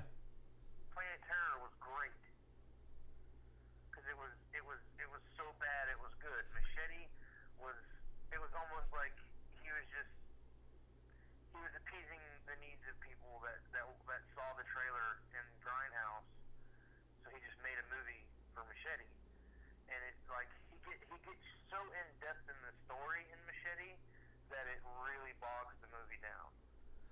But isn't that? I mean, it's not done in the vein that because a lot of real Grindhouse films are slow plot builders. They're bad story, bad background to the story, and they're almost a true sense of a zombie. I guess it holds true in that sense, but like, I don't know. I guess I went in expecting too much out of it because I mean, it is very bloody. It's very gory. There's nudity galore, but like, me and a friend of mine went who he was really excited to see it too, and we both left the theater really disappointed in it. Like there were some points in the movie where we both looked at each other and were like, "This is horrible." I think it's just Florida. No, I'm just kidding. I want to have faith in this film though, because it looks so good. The decapitations look so fun. I mean, it really like the previews for Machete are the best parts of Machete. I'm not even kidding. Yeah, well, that's the way it is with most previews that we get excited about. Yeah. I mean, and there is certain things when you're watching it that you'll see and it'll make you laugh out loud and whatnot. But like, I don't know. Jessica Alba is such a terrible actress that she is a lot of the reason the movie is bad. Yeah. Well, Eric in the chat room says blood, gore, nudity sounds awesome. Well, like I said, that's the most awesome parts about the movie. The movie itself is really just kind of, I thought it was really dull, and I was really disappointed in it. That's sad to hear. It's kind of almost like when I saw Death Proof. I honestly don't think it's Tarantino's best work. I understand he was going for the Grindhouse effect, like the Grindhouse style of movie, but I don't know. Did you not see him as a double feature? There was just too much stuff they were going for, and it really hurt the movie. Yeah. Did you see it as a double feature? Or did you see it by itself? I saw the double feature. Yeah. So would you say Machete was more boring than Death Proof? Because that was a boring ass movie. I love Death Proof. I think the reason I loved it though is because it was the environment that I was in, and we were actually seeing a double feature, and I haven't seen a double feature since I was a kid. Right. I mean, that part was and exciting. It was fun, and the excitement carried over for me all the way to the end. I had a blast with both of those movies. Well, okay. Well, to what Paul said, I can barely hear Paul, by the way. But I would say Machete was better than Death Proof, but not by much. Wow. I don't know, and it's again, this could just be my opinion. That's what I love about Zombie Popcorn with all three of us, 'cause we all have similarities to the type of movies we like, but when it comes to the core, we're all three of us are completely different, and that's why it's gonna be fun when me and Paul go see Machete, so we can all compare and argue about it, like we did with Piranha 3D. We all agree that Piranha 3D story plot itself was executed perfectly, but where I disagree with everybody else is the 3D. Well, see, that's like, I could have cared less about the 3D. The movie was just entertaining as could be. Like, I thought the movie was hilarious. And that's why the 3D is bad, because you cared less about it. Because it wasn't, and it wasn't a part of the movie. It was done so poorly that you forgot you just didn't care about it. You walked out. And you guys were talking about this while I was trying to figure out how to call in earlier. It was Hollywood's just jumping on the bandwagon and making money off of it because these movies they're putting out in 3D. Why? I don't understand why they feel the need to put out 3D if they're not going to do it good. If they're not going to film it in 3D, they shouldn't put it out in 3D. Yeah. Except for Piranha, because it's bad all around. But all they got to do is label something as 3D now, and people are going to go pay the money to see it because most Joe Blow on the street don't know 3D as well as you do. Well, no, it's not. It's not happening that way. It's actually having a turnaround. There's a lot of people saying that they're not going to pay for 3D movie because they've been all shitty, like that Last Airbender, and Piranha itself. I mean, the Last Airbender was not a bad movie, but what made it horrible is people. The 3D. Yeah, the people walked out of there was like going. We're talking about how bad the 3D was, not how great the movie could have been. Yeah. And that's what's killing it. And people realize this. People realize they're getting taken. They're getting duped. Yeah, they're totally getting shafted from it. Bamboozled. Yeah, and Eric, Tron 3D is going to be amazing because it's true. It's Tron, one thing. Two, it's filmed in 3D. Resident Evil is going to be amazing because it's filmed in 3D. At least then we'll leave talking about how shitty the story was. Yeah, we can do that. Resident I mean, Evil. you can take the movie for what it's worth. If the movie's done in true 3D, you can sit there and watch it, and then walk out of there talking. Rate the movie on its merits, not because of the cheesy special effects that they try to do so they could get $3 extra at the box office. But yeah, it's. It was completely opposite with me and Piranha. Like I walked out of Piranha thinking it was good, and just because it entertained me. Like the 3D was there, but I don't know the difference between good 3D and bad 3D like you do. Like, I mean, I know Avatar. I know the James Cameron 3D, but I don't know. I don't know. I'm not. I can't get as in depth into the 3D as you do because I don't know that much about it. But. Well, you know that there's a difference between James Cameron 3D, which is what all 3D, if done right, will look like. Will be that quality if done properly, if shot in 3D. When you go see Resident Evil, it's going to be that quality 3D. When you go see Tron, it's going to be that quality of 3D because it's filmed in 3D. They're using dual cameras instead of what they're doing with Piranha 3D, with what they did with The Last Airbender. They shot the movie using a regular camera and tried to render it, making dual images with a computer. The real problem, I think, with The Last Airbender in 3D, like Piranha had, because there was so much CGI. I mean, granted, they had it in The Last Airbender too, but because a lot of it's underwater and it's in a different scenario, they can direct the CGI to be more, have more depth. The Last Airbender looks like nobody planned out the depth of a shot. Like it was a fucking stage play, and then they just converted it. Yeah, and the only thing that seemed like they took time to make correct was the credits. Right. And when the credits of a movie is far superior than the movie itself. Oh, like Lemony Snicket. There's something wrong. There's something wrong.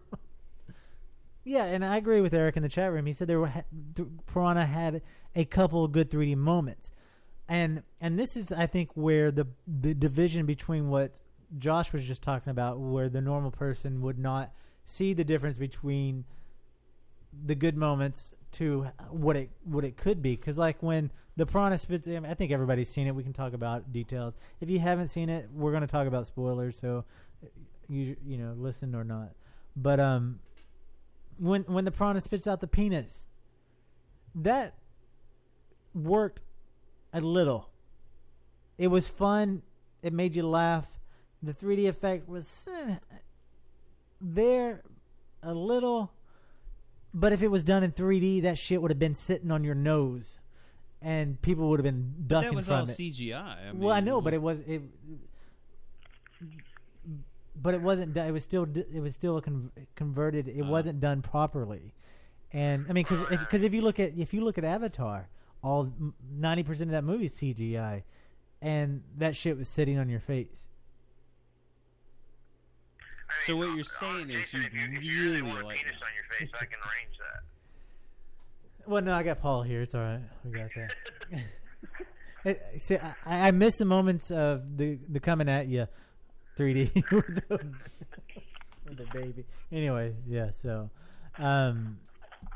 enough of that. Everybody knows how I feel about that. I'm really interested in to go see Machete to compare, reviews of Machete, because I want to have hopes for this movie. I want to have. If you really like the Death Proof as much as you say you do, you'll probably really like Machete. But I thought Machete was very dull.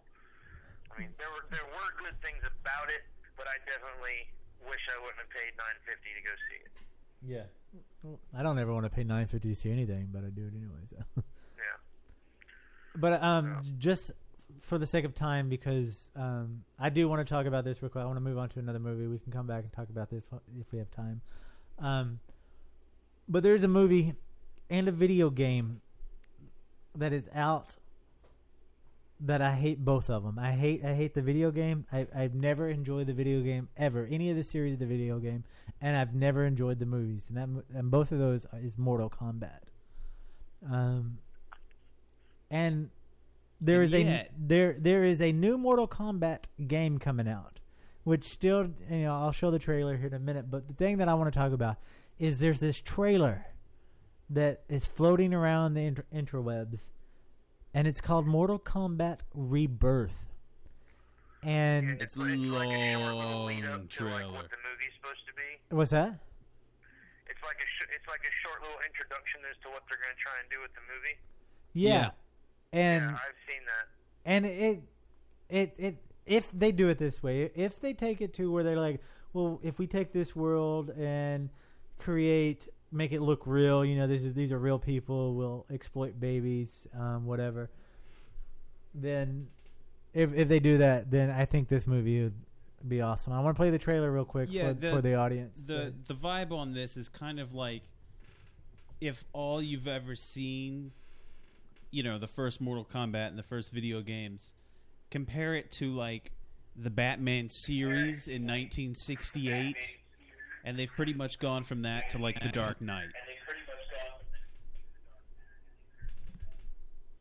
Yeah, I think that's a good analogy. So let's watch the trailer.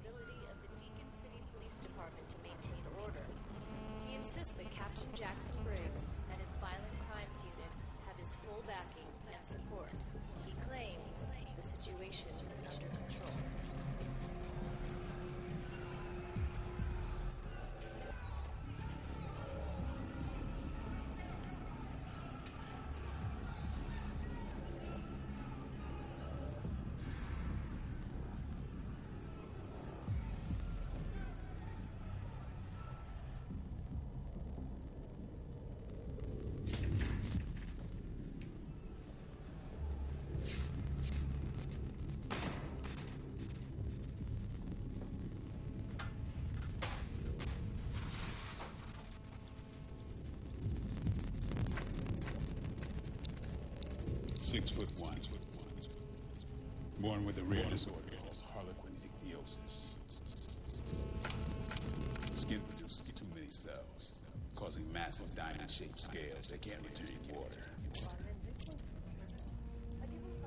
In addition, the eyes are formed inside out. Life expectancy is 2 weeks. This guy's deadly. He likes to rip the heads off his victims' bodies. He stores the heads in his refrigerator. And when he's hungry, he eats them. Known fatalities are in double digits. Code name, Reptile.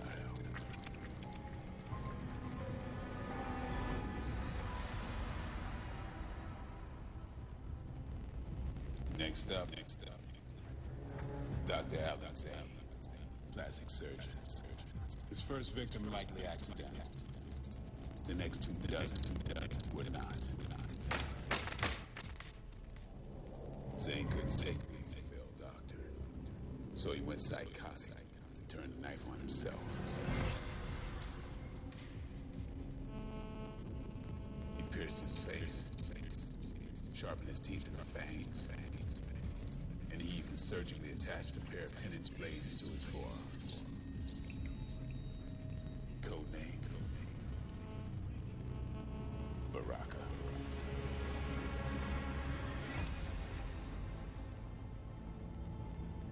Last contact we had with Baraka was through Johnny Cage. Yeah, that's right, the old action hero. After his movie career died, he needed work. We had him working for us undercover.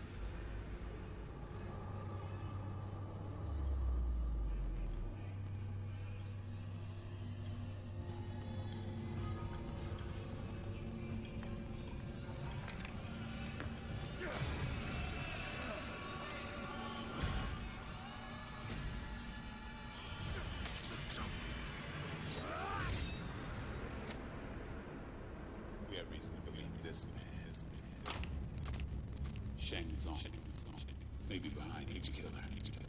The night before Johnny Cage murdered, he told us about a tournament this Shang Tsung is planning.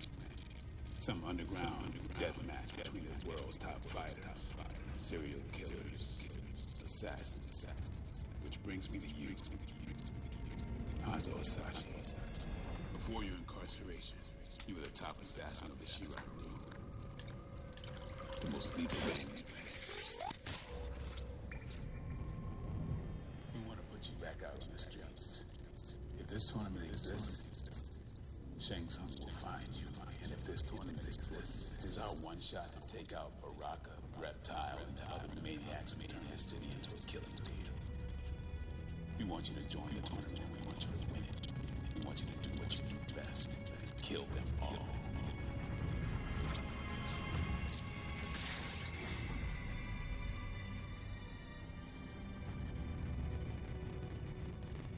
Great deal about me. So you must know that I surrendered my freedom voluntarily. Now, what you don't seem to know is that I can have my freedom back whenever I choose.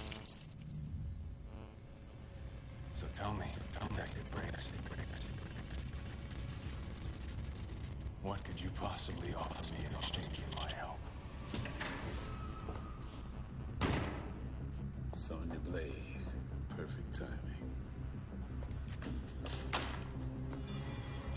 Sub-Zero. That man is dead. These pictures were taken yesterday.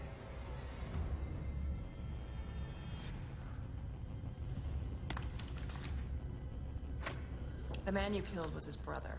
How impossible. Sub-Zero is alive and well and will be at that tournament. You want him? You got him.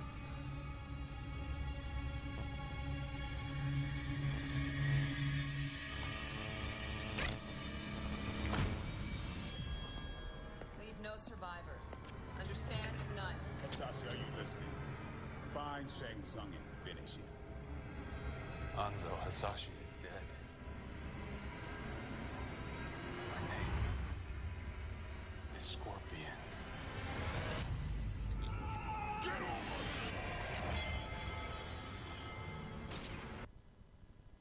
All right, that's Mortal Kombat. I don't know if this is real. I don't know if this is going to be a real movie. I don't know anything about this. Who knows? But if this is real, and it looks like one of the best takes on the franchise of any of the movies, I think. I mean, I don't know. What do you think? Yeah, I think it's definitely gotten a lot darker. I think there's less cheese. I mean, it's still a pretty cheesy concept. And an idea. Underground mutant fighting ring, but still fun, violent. All the good stuff we like. Yeah. There's not very many video game franchises that actually work as movies, right? And I say like Silent Hill. I thought they did a good job on that. You think Silent Hill did good? Yeah, but I've never actually played the game, so I can't tell you. I can't compare the two. Yeah, talk to me, Josh. But it was a movie based off a video game, and I thought it was good. But this looks. I mean, this obviously looks better than the first one. Yeah, talk to me, Josh. So hopefully. Yeah, I don't know if it's being shopped around for Hello? just trying Hello? to Hello? get up Gotcha. We hear you. People's Hello? interest and a Hello? demand for it, or if it's a real There's still trailer echoing. or preview or whatever the hell There's it is. still a delay. 7 minutes is pretty long for a trailer. Yeah. But it definitely looks interesting. I'm excited about it. Just in the terms of I'm afraid that they would actually do something silly, like they would build a movie like we saw in this preview trailer, whatever it is, and then as soon as he walks out the door, it becomes just like the original Mortal Kombat. I don't which think it'll be that bad. So I don't know. We'll just have to wait and see. So we got Josh. We got the Skype issues worked out. Josh should be on the line with us. Hello, Josh. Or maybe he's not. Hello. Hello. I'm on the line. Okay, got you. But there's still a delay. I can't help with a delay. So I guess what we should talk about real quick. Okay, well then everything is just going to come like 5 seconds later. Okay. The next thing we should, I guess, talk about, because we have 5 minutes left of the show, is Paul's Zombie Popcorn book club pick. The Audible pick. Yep. Which is. That's all right. Well, I just wanted to pause for dramatic you effect. wanted to and find where it was written. Bradbury 13. And what is Bradbury 13, Paul? I don't know. I'm still scanning down to find where it's all written at. I think it's a collection of short classic stories that include Sound of Thunder, in which hunting enthusiasts get a chance of a lifetime to travel back in time to bag Tyrannosaurus Rex. Well, it's not just that one. Well, yeah. Well, that's just one. It's a collection of short stories. Yeah, by Ray Bradbury. Yeah. By freaking Ray Bradbury. Is that why you picked it? Because it's Ray Bradbury? Or? Yeah. Well, at first I was thinking, because, we both talked about how we're getting so excited about approaching of autumn and fall. And I was thinking about the Halloween tree. I was like, oh my God, I got to pick the Halloween tree. And then I was like, well, it's way too early to pick that. So I went with this one. The Halloween tree. The Halloween tree, yeah, it's like it's a Ray Bradbury story. Oh, okay. I thought you were talking about for your house. No. No, I meant for the no. Gotcha. Yeah, it's a classic. Well, I mean, all his stuff is pretty classic. Yeah. But yeah, if you're a fan of Ray Bradbury, I would recommend this. The Zombie Popcorn Book Club Paul's pick will be up this evening on Zombie Popcorn Book Club, which you can find at bookclub.zombie-popcorn.com. bookclub.zombie-popcorn.com. And I believe these are dramatizations, not just a reading. They are actually. It is, and there's very different. There's a lot of narrators for this, and right. so I listened to a little bit of it today when he sent it to me, and it does sound entertaining. It sounds fun.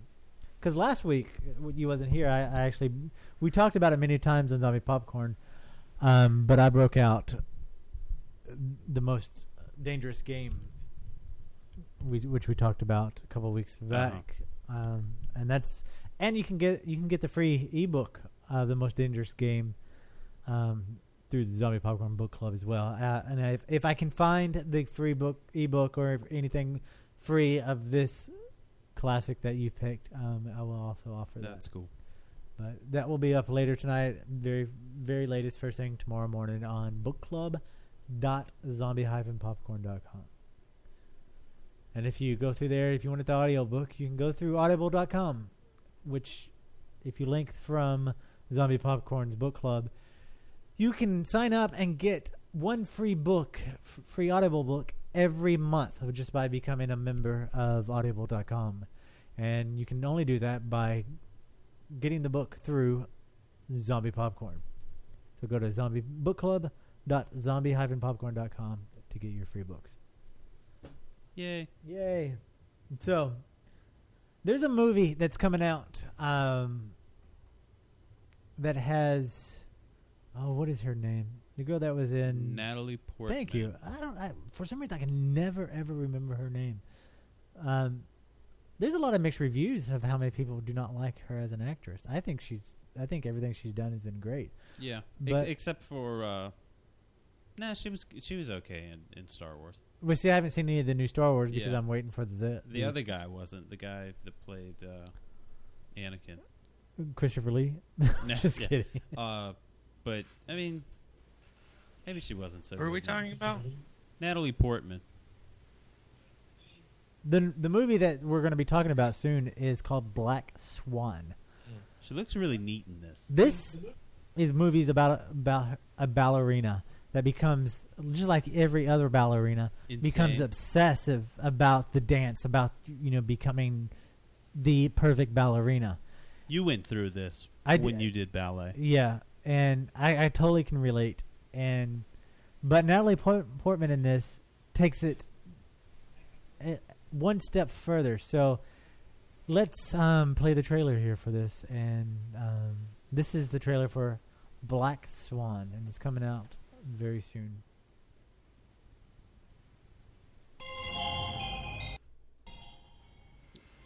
What the hell?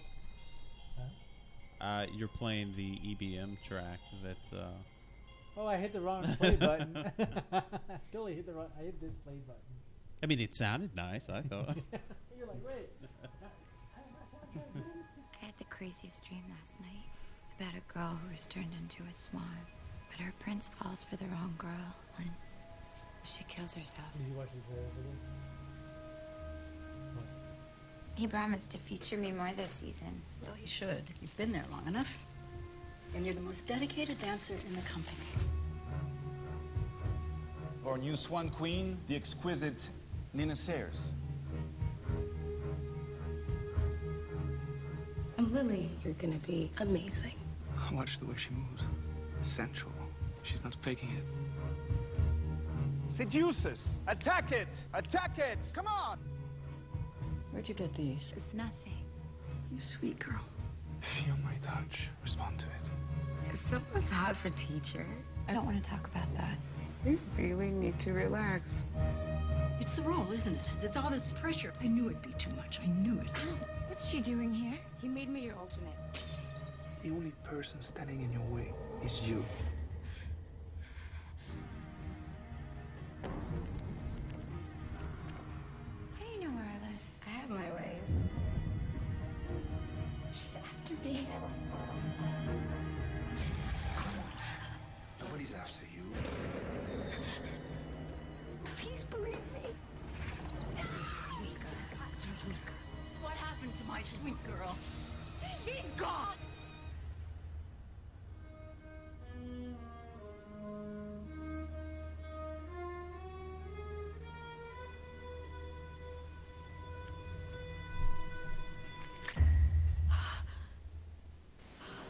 Black Swan. That looks wicked, dude. It totally does. I think it's going to be an awesome film. Yeah, keep hearing a lot about it. Yeah. So, I'm not sure when it releases. Yeah. But when it comes out, I'm definitely going to have to go see it. But when it comes out, We got Echo for now. So which song you were talking about? I think it's Soul Stealer. Okay, got that. So which one? So it is now 9 o'clock. So that means that Zombie Popcorn Radio is coming to an end.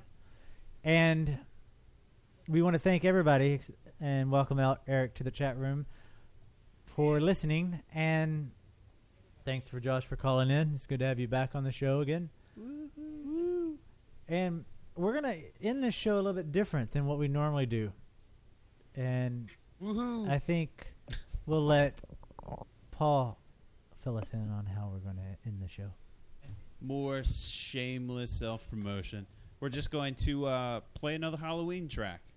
So Eric, stay in the chat room. We already got your email. Yeah. You will hear from Paul very soon. So, yeah, this one's called Soul Stealer. I don't know. That might be the final title. Who knows? More goofy, kooky, spooky Halloween fun. So, hope you enjoy it. Everybody have a good night.